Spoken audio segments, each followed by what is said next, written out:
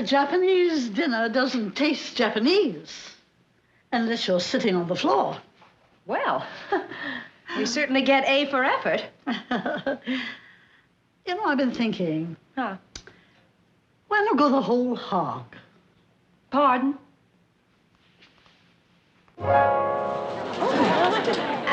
Clara. Oh? Is not becoming? Oh, yes. It's lovely. Very, but since I'm not wearing a kimono, you might stand out. Do you follow me? Yes, yeah. Well, there they are. I hope you don't mind. I don't mind at all.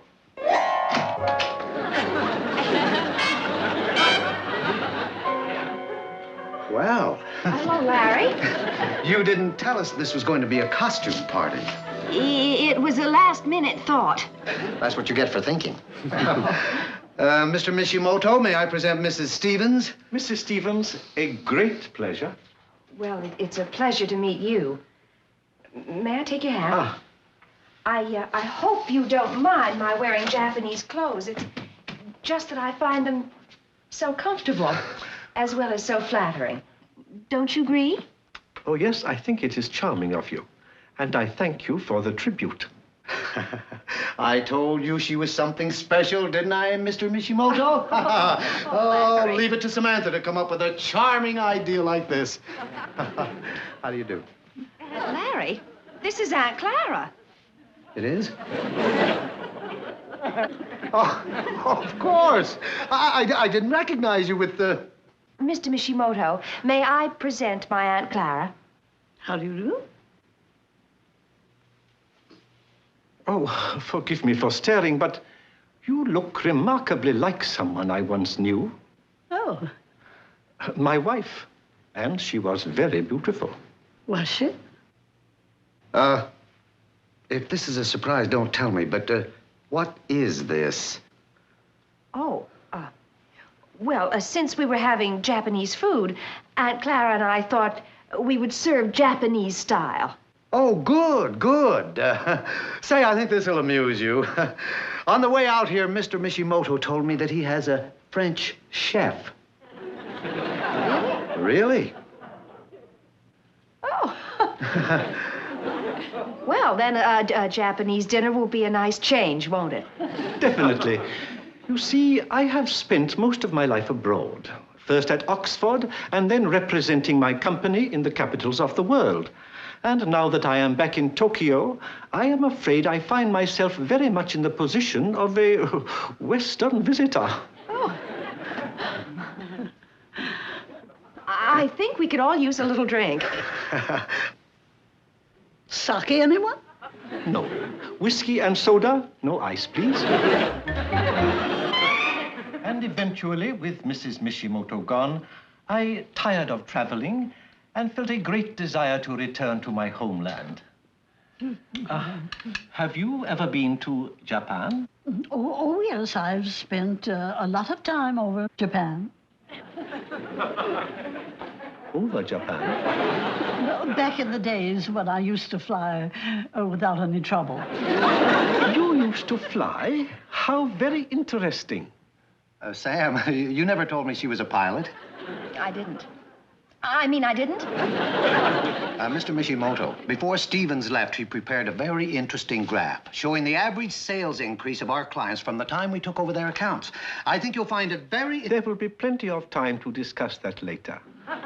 Madam, I find it fascinating that you used to fly. Oh, well, I still manage once in a while. Really? I have my own plane. Perhaps sometime you would fly with me?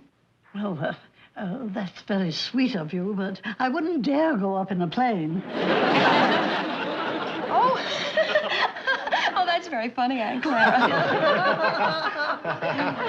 She has the kind of sense of humor that sort of sneaks up on you. Yeah. Next time, give us a little warning. I knew it. I was right. There was a noise last night, and it was caused by that flying saucer. Just wait till Mr. Abner Know-It-All Kravitz sees this. Abner! Wake up! Wake up! Ah, Sophia. We'll motor down the Via Veneta together. Abner! Oh, it's you. What are you screeching about? An invasion right in our neighborhood. Your mother's back? In the Stephens' backyard. I'd rather have her over there than here. It's not my mother. It's a flying saucer. You know what I think? What? I think your curlers are wound too tight. All right, you don't have to believe me. I'm going to call the Air Force. I gave up Sophia for this.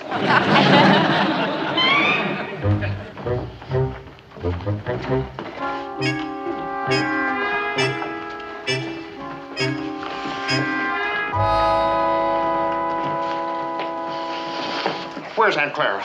She's still asleep. Asleep? Sam, it's after 8 o'clock. We've got to do something about that saucer before the whole neighborhood sees it. The doorbell. What do we do now? Relax, sweetheart. We're not Bonnie and Clyde. Get it? I don't know why you just don't go around the back and peek at the saucer. Mrs. Kravitz, the Air Force doesn't peek. It investigates. Yes, who is it? It's Mrs. Kravitz. I've got to talk to you. Well, I'm sorry, Mrs. Kravitz, but I'm all out of sugar. It's not about sugar, Mrs. Stephens. It's about your flying saucer. She knows. What do we tell her? Why not say it's for an ad campaign? Wait a minute. Why not say it's for an ad campaign? I just said that. That's where I heard it. Hello, Mrs. Kravitz. Why, Mrs. Kravitz, I didn't know you had sons in the service. Very amusing, Mr. Stephens. This just happens to be Colonel Burkett and Captain Tugwell of the Air Force. Oh, is our TV antenna up a little too high? Oh, no, Mrs. Stephens, but your neighbor claims she saw a flying saucer in your backyard. A flying saucer? Oh, you mean the thing in the backyard? I'm in the ad game, Colonel, and I built that flying saucer to publicize a new space toy. Space toy? It's very authentic looking. You don't mind if we take a look, do you? Of course not. Right this way.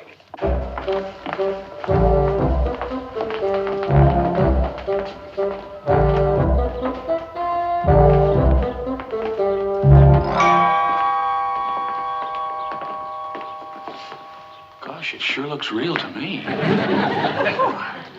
Well, that's quite a compliment, Captain, coming from an expert like you. What's it made of, Stephens? Oh, just odds and ends. No, the Air Force should know about this. We are the Air Force. I'm sorry, Uncle Charlie. Tugwell! I got you in the Air Force. And if you don't stop with the Uncle Charlie, I will get you in the infantry. Oh, golly, Mom said... Tugwell! It doesn't look like a toy to me. Did you bring a photographer? Wouldn't you like to take some pictures? Yes, this promotion can use all the publicity it can get. I'm sorry, Stephens. This won't be getting any publicity from us. As far as the Air Force is concerned, this investigation is closed. Go on, Tugwell. Oh, wait a minute. Don't leave. Bye-bye, Mrs. Kravitz. Looks to me like the ones in uniform are dangerous. Maybe the other ones are friendly. Might as well find out. We can't stay in here forever. Good idea. You go. I'll guard the ship. Open the hatch, Orvis. Boy, that was some pretty fancy footwork.